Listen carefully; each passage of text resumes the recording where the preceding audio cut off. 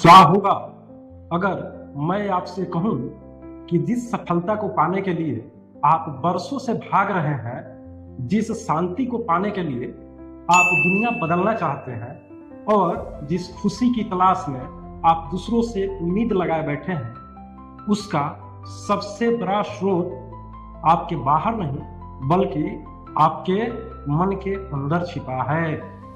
हाँ, आपके भीतर एक ऐसी शक्ति है जिसे अगर आपने पहचान लिया तो आपकी सोच, आपके फैसले और धीरे धीरे आपकी पूरी जिंदगी भी बदल सकती है। लेकिन समस्या यह है कि इंसान बाहर की दुनिया को बदलने में इतना व्यस्त हो रहता है कि वह अपने अंदर की दुनिया को देखना ही भूल जाता है। आज की कहानी इसी छिपे हुए खजाने की है। नमस्कार दोस्तों, जैसा कि आप जानते हैं मैं मुकेश भार्गव और आज मैं आपको कोई ऐसी कहानी नहीं सुनाने वाला हूं जिसमें रातों रात कोई गरीब करोड़पति बन जाता है। आज हम उससे भी ज्यादा महत्वपूर्ण चीज की बात करेंगे। आज हम बात करेंगे कि आपके अंदर मौजूद उस शक्ति की जिसके बारे में जोसेफ मर्फी की विचारधारा बार बार हमें सोचने के लिए प्रेरित करती है। हमारा अवचेतन मन। सोचिए, एक ही परिस्थिति में दो लोग खड़े हैं, दोनों के पास लगभग बराबर के अवसर प्राप्त हो। एक कहता है कि मैं वो कर लूंगा, वहीं दूसरा व्यक्ति कहता है कि मेरे बस का ये बात ही नहीं है। कुछ समय बाद दोनों के परिणाम अलग अलग क्यों दिखाई देते हैं? क्योंकि लड़ाई जो है, कंपटीशन जो है, हमेशा बाहर की परिस्थितियों से नहीं होती है। कई बार असली लड़ाई हमारे भीतर के परिस्थितियों से होती है, हमारे अपने विश्वासों से होती है। भाग एक में हम लोग जानेंगे कि हमारे या आपके भीतर क्या छिपा है। हम बचपन से बहुत सारी बातें सुनते आते हैं, तुमसे नहीं होगा। कई बार हम लोग जब कुछ करना चाहते हैं, कुछ करने के लिए जाते हैं तो बहुत सारे लोग बोलता है कि तुमसे बाबू नहीं हो पाएगा, तुम इतने काबिल नहीं हो, हमारे परिवार के किसी बड़े ने ये काम तो किया ही नहीं है, तो तुम कैसे कर सकते हो। बहुत सारे प्रश्न उठते रहते हैं। पैसा कमाना बहुत ही मुश्किल है, तुम हमेशा असफल हो जाते हो। शायद इनमें से कुछ बातें आपके साथ घटित भी हुई हो या घटित होती हैं, खास करके जो सामान्य या गरीब परिवार के बच्चे हैं उनके साथ। और धीरे धीरे जो बात बार बार सुनी जाती है, बार बार टर्चर की जाती है इन बातों से, वो हमारे विश्वास का हिस्सा भी बन जाती है। फिर इंसान दुनिया को वैसा नहीं दिखता जैसी दुनिया वास्तव में दिखनी चाहिए। इस दुनिया को वह इंसान वैसा दिखने लगता है जैसा वह अपने बारे में विश्वास करता है। यहीं से हमारी सबसे बड़ी रहस्य स्टार्ट होती है, शुरू होती है। आपके बाहर की दुनिया को बदलने से पहले आपको अपने भीतर की आवाज को देखना पड़ता है, क्योंकि अगर अंदर की आवाज आती रहे कि मैं नहीं कर सकता हूं, तो बाहर का कोई भी आवाज आपको बहुत देर तक आगे नहीं ले जा सकता है। कोई भी परिवर्तन लाना है तो आपको अपने आप से ही लाना है। आपको कोई हिंट्स दे सकता है, आपको कोई अच्छे बातों से धक्का दे सकता है, लेकिन आपके अंदर की जो कल्पना है, परिकल्पना है, इसको जागृत करना होगा। भाग 2 को हम एक कहानी के माध्यम से जानेंगे। एक युवक था, वह बहुत मेहनत करता था, लेकिन वह हर बार किसी न किसी जगह रुक जाता है। कभी उसको नौकरी में समस्या आती है, कभी व्यापार में पूंजी से ज्यादा की नुकसान हो जाती है, कभी कोई नया काम शुरू करता है और कुछ ही दिनों बाद छोड़ देता है। उसकी मजबूरी बन जाती है, उसको उस काम में लॉस होने लगता है, व्यवसाय में हानि होने लगती है, जिससे उसको काम छोड़ना पड़ता है। एक दिन उसने एक बुजुर्ग व्यक्ति से पूछा। जब आदमी हर थक जाता है तो अपने से बड़ों का ही सहारा लेता है। उसने उस व्यक्ति से पूछा कि मेरी किस्मत इतनी खराब क्यों? बुजुर्ग व्यक्ति ने उस बालक से कहा, मुझे अपनी जेब दिखाओ।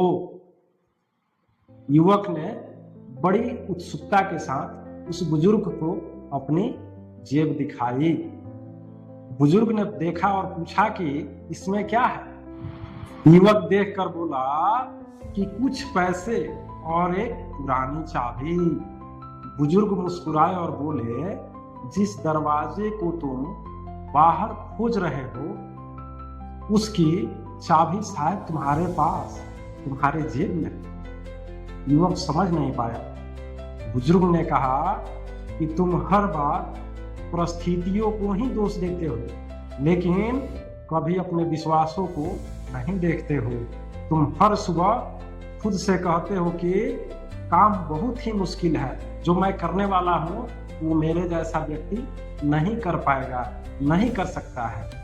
तुम असफल होने से पहले ही मान लेते हो कि तुम असफल हो गए हो, और जब तुम अपने आप को असफल मान लेते हो तो फिर वही होता है जो तुम सोचते हो, जो तुम कहते हो या जो तुम करना चाहते हो। उसके बाद फिक्रा फोड़ने लगते हो कि मेरी किस्मत ही खराब है।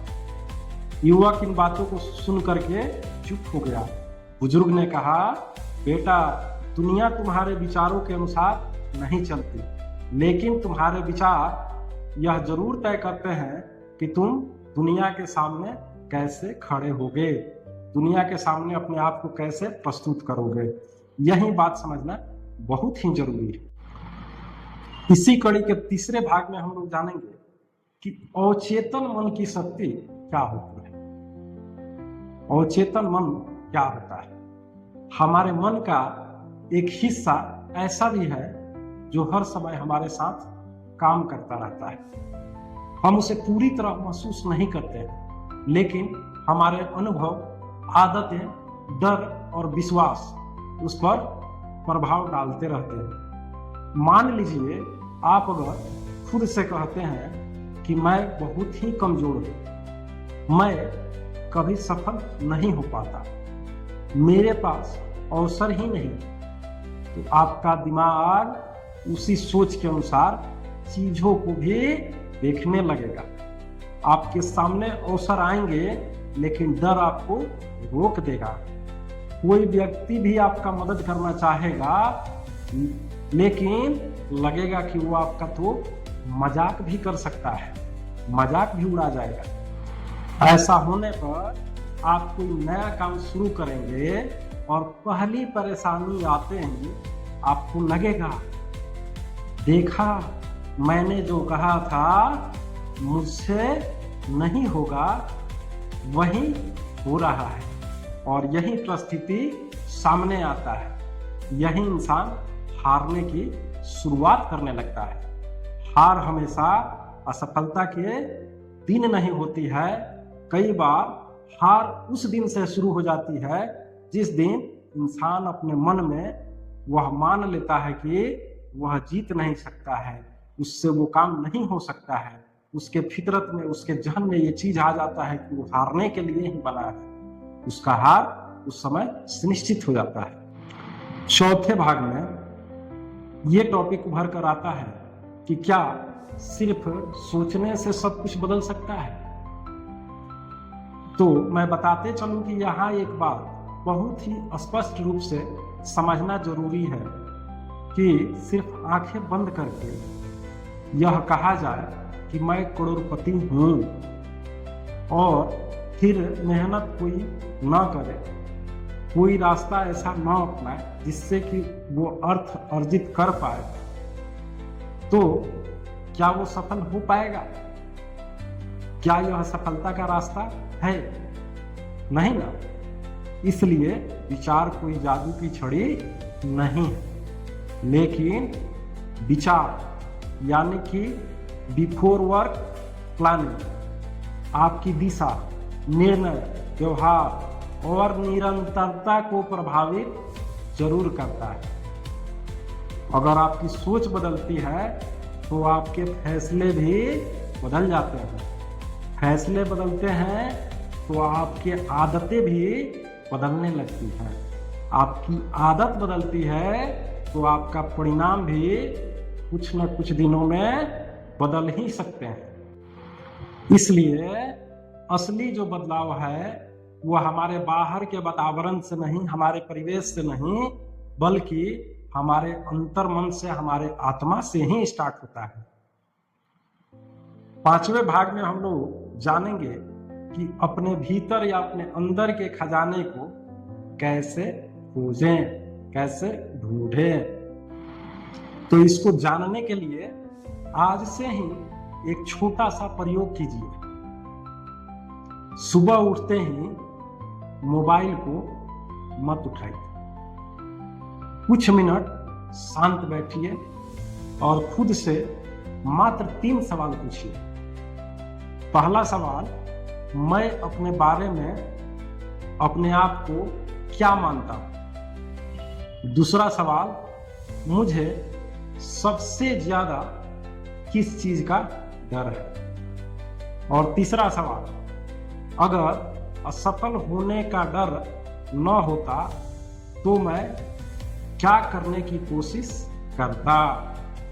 इन सवालों के जवाब तुरंत मत दीजिए, मत ढूंढिए।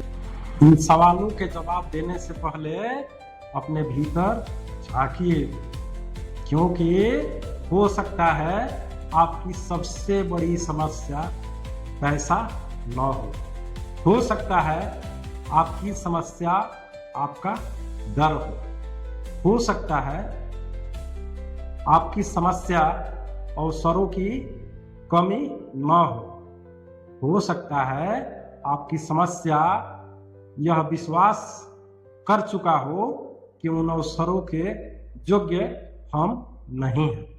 और जिस दिन आपको यह समझ आ गया, उस दिन असली यात्रा प्रारंभ हो जाएगी। समस्या जो है वो हमारे आंतरिक मन से ही शुरू हो रही है, विश्वास जो है हमारी आंतरिक मन से ही शुरू हो रही है।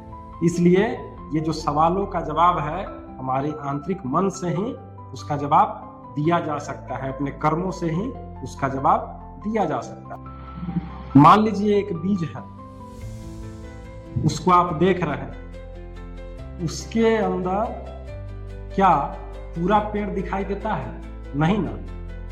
न शाखाएं होती हैं, न ही पत्तियां होती हैं, न फल होता है, न फूल होता है। फिर भी उस छोटे से बीज के अंदर एक विशाल पेड़ बनने की संभावना छिपी रहती है। इसी तरह आज आप जहां हैं वह आपकी अंतिम मंजिल नहीं है। आपके अंदर अभी भी ऐसी क्षमताएं हो सकती हैं जिन्हें आपने इस्तेमाल किया ही नहीं। ऐसे विचार हो सकते हैं जिन्हें आपने कभी जन्म ही नहीं दिया है। ऐसे सपने हो सकते हैं जिन्हें आपने डर की वजह से दबा दिया है। और शायद जिस खजाने को आप पूरी दुनिया इधर उधर भटक कर खोज रहे हो, वो आपके अंदर ही छिपा हो, अंदर ही बैठा हो। बस उसे तलाशने की, उसे परखने की जरूरत हो। इसलिए आज से खुद को मत कहिए कि मेरे पास कुछ भी नहीं है।